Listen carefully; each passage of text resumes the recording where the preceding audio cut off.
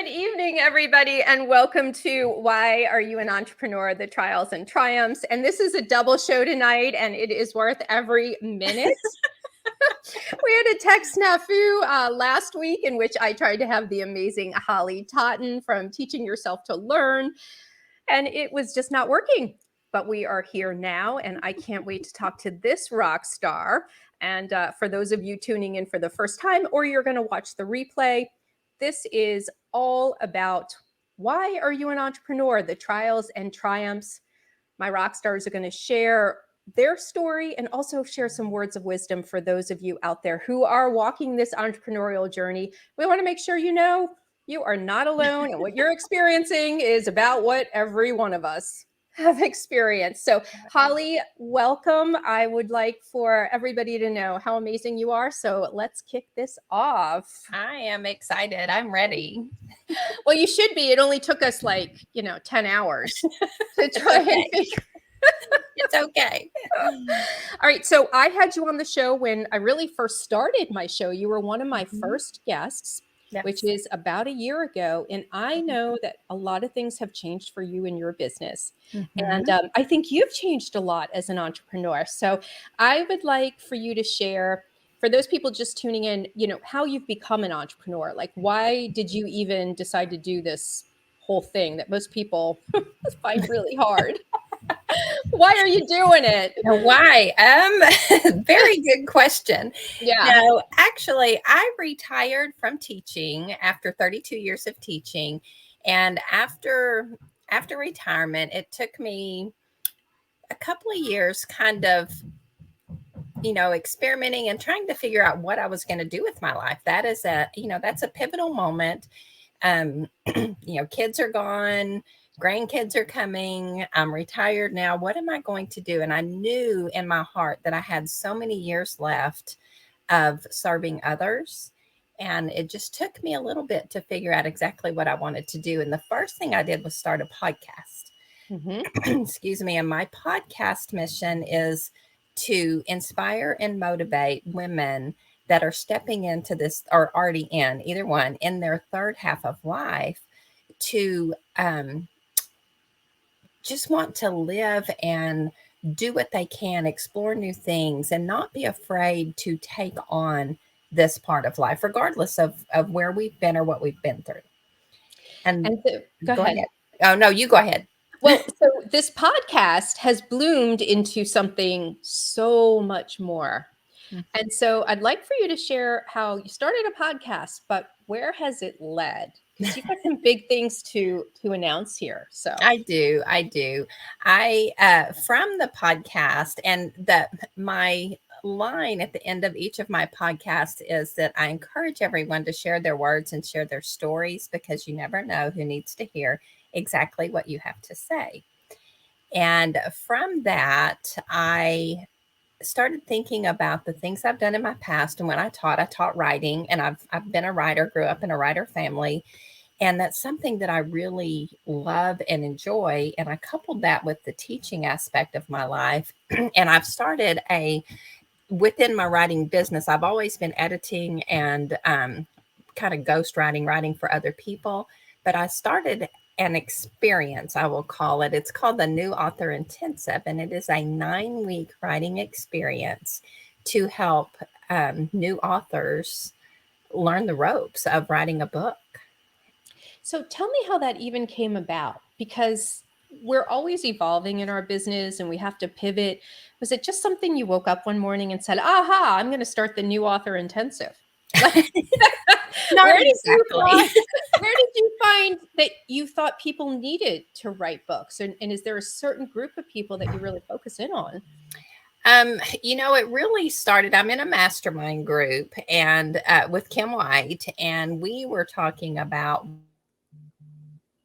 going, and where my interests are. We were kind of digging deep. She was helping me dig deep, and I kind of mentioned that was, helping others and writing books was something that I just had a passion for. And so the New Author, and also let me back up just a little bit. I also have a room on Clubhouse on Monday mornings about writing and publishing. And I kept fielding all these questions from people about, why would I want to write a book? Why do I need to write a book? How can it help me? How do I do it? The eternal questions that come from people that have not written a book before. And so between those two, really discovering my love and my passion for it, and then fielding those questions, I realized there is a need for this. Mm-hmm. And yeah, and I've very recently kind of decided that I'm going to really kind of hone in on entrepreneurs and helping people that are entrepreneurs to understand the importance of writing books to further their business and to help them level up. I think that is the best way to go. And the reason I say that is being an entrepreneur, we're always looking for ways that we can elevate our authority, that we can separate ourselves from Right. others. And I think the book is like one of the best ways, one of the best marketing tools that Right. we can have out there. Right. And I think people need to explore that and look at that and not be afraid of it. Because I think some people will get afraid, like, am I supposed to be on the bestseller list? Or I think they have to understand there's a strategy behind this other than being Right. a bestseller, right? Yes, yes. And when you are writing a book, regardless of what your topic is, you have to really understand your reason for writing, your why and your purpose and your goal. And once you understand that, it kind of makes the mission a little more clear. Mm-hmm. And looking at that from an entrepreneurial journey, the mission is not to become, a bestseller. I mean, we would all love that. But the mission is to level up your business. And, when you write a book, you almost instantly become known as an authority Mm-hmm. in your field. And the way that I like to describe that to people when they ask me about it is, if you've been in business 3 years, 5 years, 10 years, or more, even decades, and you take the time to write a book about your knowledge that you've gained, the experiences you've had, um, all of the things that you've learned that you can share with people, and someone can pick up that book and read it within a few hours and take away years of experience from you that you have given them, and be able to take pieces of that and, put it toward their entrepreneurial journey. Just think what a gift that is for people. And I think what a gift it is to grow your business. Oh, exactly. Yes. Yeah, I absolutely think that's great. And for all you small business owners, I think that what Holly is saying, there's a huge marketing opportunity that she's There is. opening a door up. And so that leads me to, what are some of your best practices in the marketing you're doing? Besides writing a book, which you have written a book too, I right? have. I have. I guess you got to practice what you preach, right? Yes, most definitely. Most definitely. So, what other ways have you found a good avenue to meet new potential clients, prospects out there? Maureen, one of the most successful ways for me recently has been to really level up my social media presence and the quality of things that I put out, on social media. And I was not, I have been a member of LinkedIn for years, but didn't really understand the platform until recently. And you've had a lot to help with me, a lot to do with that. But I have really come to find the power that social media can hold when you utilize it, and that's one of the really big things, advertising through my podcast, word of mouth, talking to local groups around here about, what I do. And, there's getting the word out to people in the right areas, people that need your service and that can benefit, from your service. I think is, you just have to really find that market and kind of dig in and make yourself available and known. And I think there's a little bit of sales involved in all of this. And I Mhm. think people have a really hard time with sales. And as an Right. entrepreneur, you've got to keep selling yourself for the betterment of them. That's Like true. they need to know who you are, right? In order for you to help them, you've got to get your word out there. And so, as an entrepreneur, you've been doing this now, what, a couple years, the Right. podcast. Yes. What have you found to be the most difficult part of entrepreneurship? I really think initially this has gotten better for me because I recognize the problem, but initially being alone. I always had a group of people around me that I could work with and collaborate with, being a teacher and stepping into my own little world, working out of, an extra bedroom in my house, being alone and trying to do everything myself. Mm-hmm. But that really was the most difficult part. And I found a wonderful community. And that's one thing that I tell people that ask me, what advice would you give me if I'm going to start a business, my own little, and I tell them, finding a community, somebody that believes in you and a community that you believe in back, so you can support each other. Absolutely. It's one of the loneliest things. It It can really be. is. Yes. Yeah. And if people aren't doing it too, they don't understand. They Right. don't understand what you're doing all Yeah. day. They're like, oh, yeah. And it's like you're home all day, throw in another load of laundry. Mm-hmm. Oh, okay. I have nothing better to do. Right. Right. But that's what they think. They don't realize how much is going into Right. all of this. So, Right. And another thing, I was just going to throw this in real quick, that I've noticed that other people don't realize that you're on a schedule. You are there, you have times that you are working, and you can't just, run to town to do this for me, or come pick me up, or, just call and pick up the phone and chat. I've had and some of that was my fault because I had a hard time setting those boundaries with people, but that's getting better. so in just the last year, you have written and published a book. Two. All right. Tell everybody the name of your books. Two of them.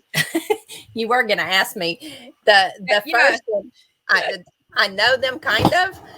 The first one is called "The Confidence Is Mine," and it is the confidence is mine, courage to become an author. And the second one is "The Story Behind the Story," New Author Intensive Series, Volume 2. Wonderful. Now, are these available on Amazon, Holly? They are, both of them, and you can just search under my name and they come up. All right. So in a year, which is only 12 months, you've done 2 books, right? Right. And you have started this new author intensive for people who, for entrepreneurs who are really looking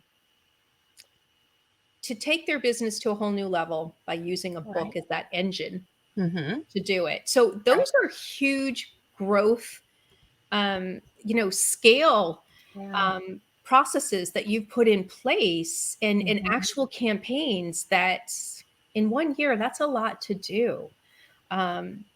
And so I'd like to get a better idea of doing something that scales your business. Like you have that podcast, you have that writing business. Now you have the new author intensive, and you're writing your own books. How are you juggling that? That's like 4 different companies in one. So for people who feel like they've got a lot on their plate, is there a special organizational system, or do you manage it in a certain way? Yes and no. That I do want to kind of clarify something. The books have come out of the new author intensive, and so they are part of that program. And so those two things are tied together. But aside from that, I mean, even with that, there was a lot going on because I do edit and, proof and edit and do developmental editing for others outside of, the new author intensive, plus the podcast and, the new author intensive and writing the books. And so, I'm really working on the organization of it, and it's getting better, but I have found that my calendar is my best friend. Yeah. And yeah. Yeah, exactly. And I have to really stay on top of things and plan things out day by day, or I can get behind in a hurry. And when that happens, I'm up late and up early and, getting tired. And, and it's a work in progress. But I'm going to say really my calendars, really are my best friend. And I do the sticky note time that, Kim White does with the My Sexy Business. I'm learning to do that and understanding that the things I need to do, the projects and breaking them down are handled through that. But anything that has a timestamp to it goes on my calendar. And I've also learned a big tip that's helped me is my mornings start the night before. If I go to bed, planned and ready for the next day, it is so much better for me. So I've known you for a couple of years now, and you're like one of the most upbeat, positive people. Is there ever a time where you're like, I don't feel like doing this? I mean, I never see it. Is there ever a time where you're kind of like bummed out Oh, about yeah. something? And how do you overcome that? If somebody's just feeling like it's just not happening, what's going Yeah. on? Of course, I get that way. I think we all do. And, there's a couple of times that, I've just decided in my mind, I'm done. I'm just going to sit on the couch and watch TV and eat bonbons. I'm done with all this. And that thought doesn't last. But I think to get out of that funk, I just have to really, I just take a break and not like days break or whatever. I just kind of take a break from what I'm doing and revisit my purpose and my why. And when I really remind myself why I'm doing what I'm doing, and if I'm not doing this, I'd be doing something else and it wouldn't really be what I love and want to do. So this is the better choice. I just kind of have a pep talk with myself. And usually it's on a walk down the dirt road beside my house and, getting some fresh air and just a pep talk. A lot of women, especially one of the fastest growing groups of people starting businesses are women over 50.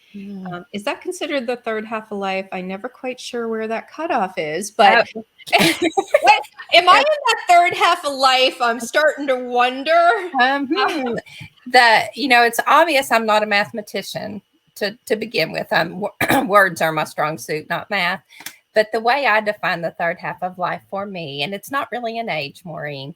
To me, it's, you're a child and you're growing up and going to school and doing all the learning and exploring. And to me, that was like a whole half of my life. And then I went into career, family, raising a family, and that felt like another whole half.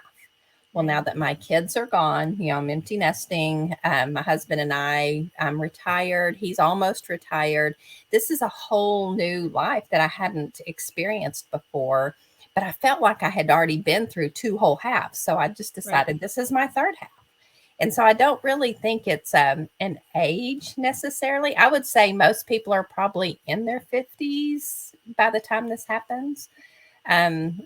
But it just kind of depends on, kind of how your life falls. But I think the childhood, the career, family part, and then what's beyond that. Because I feel like I have years and I mean, may not, but you never know. But I feel like I have years and years left to live and give. And so I'm hoping it's a whole nother half for me. So, for other women out there who could be listening to this who are in that third half and totally relate to this, and they want to become entrepreneurs, what advice would you give to them where they may not think they have that much time to take on something like this? Like, why would I want to do that? Right? Yeah. What would you say to them? One of the things that I think, and I've applied this to a lot of people, and people, no matter what age, I should go back to school and get my nursing degree, but and I'd be 5 years, before I could get done. And my thing, no matter what age you are, is in 5 years, you're going, kind of like I said earlier, you're going to be doing something. You might as well be doing something that you love and that is giving back to your community somehow, to other people. And so thinking about stepping into an entrepreneurship, find something that really drives you, that you are willing to give your time to. And just do it, because you're going to be doing something anyway. It might as well be something good. Great advice. Great Great advice. So I want to dive in a little bit to the Holly outside of the whole work thing. What Mhm. are some of the things that just totally inspire you outside of entrepreneurship, but make you a better entrepreneur? That makes sense. It does make sense. Number one, I'm very optimistic, and I Oh think yeah. that helps. I mean, the people that know me just call me the eternal optimist. They're like, Hmm. "Oh, of course, she's the eternal optimist." I'm always find the silver lining, and I think that helps me in a lot of ways, and with pretty much anything that I do. Um, I love people. When I was growing up, I went to 13 different schools in my 12 years before I ever went to college.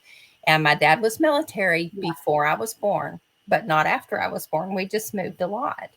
And I really learned through that. It had its drawbacks and its pluses, but as an adult, I realized that, excuse me, Maureen, that I learned through that to be okay being by myself, because the first day you're in a school, you do a lot of stuff alone, eat lunch, go to the restroom, walk down the hall, sit by yourself, all that's alone. And sometimes it goes further than the first day.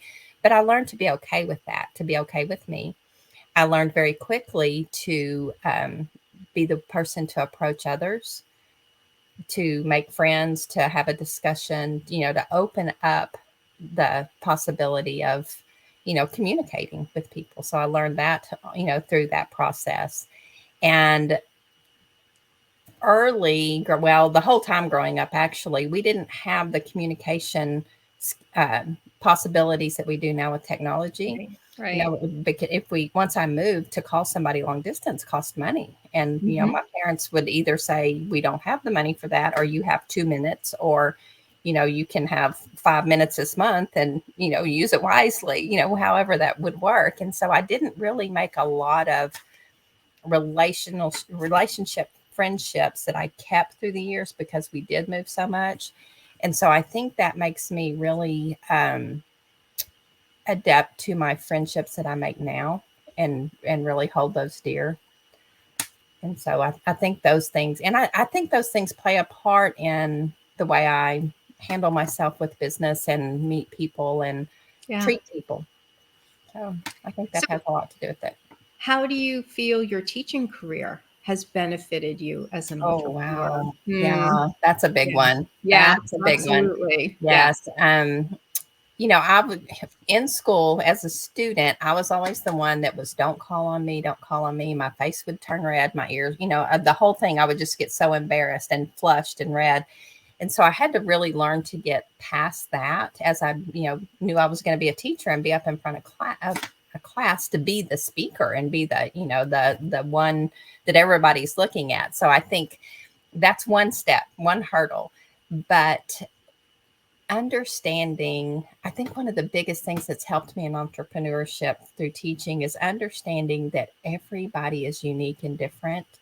And what I say to a whole group lands in different ways, Hmm. and sometimes doesn't land at all. Right. And so I have to be very observant and a lot of times listen to what people are not saying, to know how to help them with the things I'm trying to impart. And so, punctuality, skills, things like, the given things. But I think that other is really one of the most important things that's helped me with this. You've had a lot of things that have helped you. And Yeah. so I'm really excited that you said you're kind of getting into the social media because, our generation didn't grow up with an iPad in our crib. No. And so it isn't as intuitive for us as it is for some of these other generations. And it always super impressed me that you went ahead and put together a podcast. Like that has some technical stuff going back and forth on this. And so I'm like, I didn't even want to address it. I'm like, nope, never doing a podcast, all those show notes, all that editing. It's just not my jam. I'm not going there. So it Mhm. did. It always impressed me that you took that on. And it's something I'm encouraging my entrepreneurs to do because they get very nervous about technology. Right. They are hesitant with it, the whole websites and social media. And so I love the fact that you are embracing it, even if you got to work a little harder at it. Right. Right? Right. Yeah. When I started the podcast, I knew nothing about a podcast, and it really started. I had a period in my just a few months time where I went through like 5 pivotal events within, just a very short, from April to July, and retiring was one of them. And when I walked out of that time, I felt so lost. I just, and I had so much support from family and friends and church, and everybody that supports you whenever things are going on. But what I was needing, and I couldn't put my finger on it, Maureen, but what I was needing was a community, people Mhm. that would support me and be there and love me, but didn't love me like all these others that were trying to fix. I didn't need somebody to fix. I just needed somebody to listen, give me a swift kick in the pants, or say you're doing a good job, whatever it was. So I created, and well, I started thinking I can't be the only woman at this age going through these things, or whatever the things are. The things you go through aren't the important part. It's how you handle them and how you come out on the other side. And so I kept thinking, I can't be the only one that's missing this. So that's really why I created the podcast. And that need was so great for me, that the challenges that I knew I was going to come against, technology wise and all that, were kind of secondary. Well, you Just overcame that fear because this was more important. exactly. And Exactly. that's just good advice out there for people Yeah. out there. If there is that fear, let's talk about the positive that could come out of it, the mission that you Right. want to achieve. And you needed it more than the technology scared you. Right. That's Exactly. really, I think we can overcome anything when we Yeah. overcome Yeah. the fear of something. I think fear is probably one of the biggest things in entrepreneurship. We're so hesitant, and Mm, sometimes we don't trust our gut. right. We don't trust us. Yeah. Um, so tell everybody how they can get a hold of you. If they obviously can want to buy your book, they're on Amazon. But Right. for the business owners who are listening to this, who feel that Mhm. writing a book could be for them, how Mhm. do they get a hold of you to talk about this, or do they sign up? Tell everybody what you do. Okay. That, of course, anybody, you can reach out to me on any of my socials, and I will respond. But I also have a website. It is teachingyourselftolearn.com. And that is the Teaching Yourself to Learn is the title of the podcast. But it's also has my writing business, worked in there. And once you go to that, you can, just look at the pages, and there's a place to, you can sign up to have more information from me, which is a 30-minute free call. And we can jump on a call together and, discuss your needs and answer any questions that you may have. There's a place to sign up for the New Author Intensive. There's a place to sign up to have a discussion about being a guest on the podcast. So, like I said, socials are fine, but the website really gives you a lot of information, and I will respond to that as well. So, for all of you small business owners, please reach out to Holly. So, whether you want to write a book or you need some editing stuff, I mean, she's Yes. got you covered Yeah. on a variety of different things. So I can't imagine what's going to be happening for you in another year. Another Like, year. yeah, what's on the horizon for the next year? So you'll have to come back, Uh-huh. let everybody know, like another 10 books have been written, or whatever. But I'm so excited that your entrepreneurial journey is really working and really going in the right direction. And I think your optimism and your mindset is just one of the biggest reasons why, Holly. Yeah. I Yeah. really do. I I really would do. agree with that, and I Yeah. love every step of it. I'm human, just like everybody else. I get a little discouraged, a little put out with myself at times, but for the most part, it's been wonderful, and I would not change a bit of it. Awesome. Well, you are on to having an amazing third half of your life, that third Yeah. chapter. So thank you for sharing Mhm. that. And Yeah. hopefully you'll come back in a year. Let us know what you're up to. And I just want to say thank you again. Yes. And thank you, everybody, for tuning in tonight. I know we've had kind of a back-to-back session, so it's been really an amazing night. And if you would like to be a guest here on the live show, you just have to be a business owner, whether you're just starting, you're building, you're scaling, whether you're doing a side hustle and only been doing it a couple months, or you've been in business for decades. I want to hear your story, and we have an audience who wants to hear it too, because you could really be helping other business owners sharing your journey. So please reach out to me, any of my socials. And if you need me to take the hard out of your entrepreneurial journey, let's talk and find out where some of the gaps are, some of the struggles are, and let's get them fixed. All right, everybody, I will see you next week. Again, rock stars will be coming your way.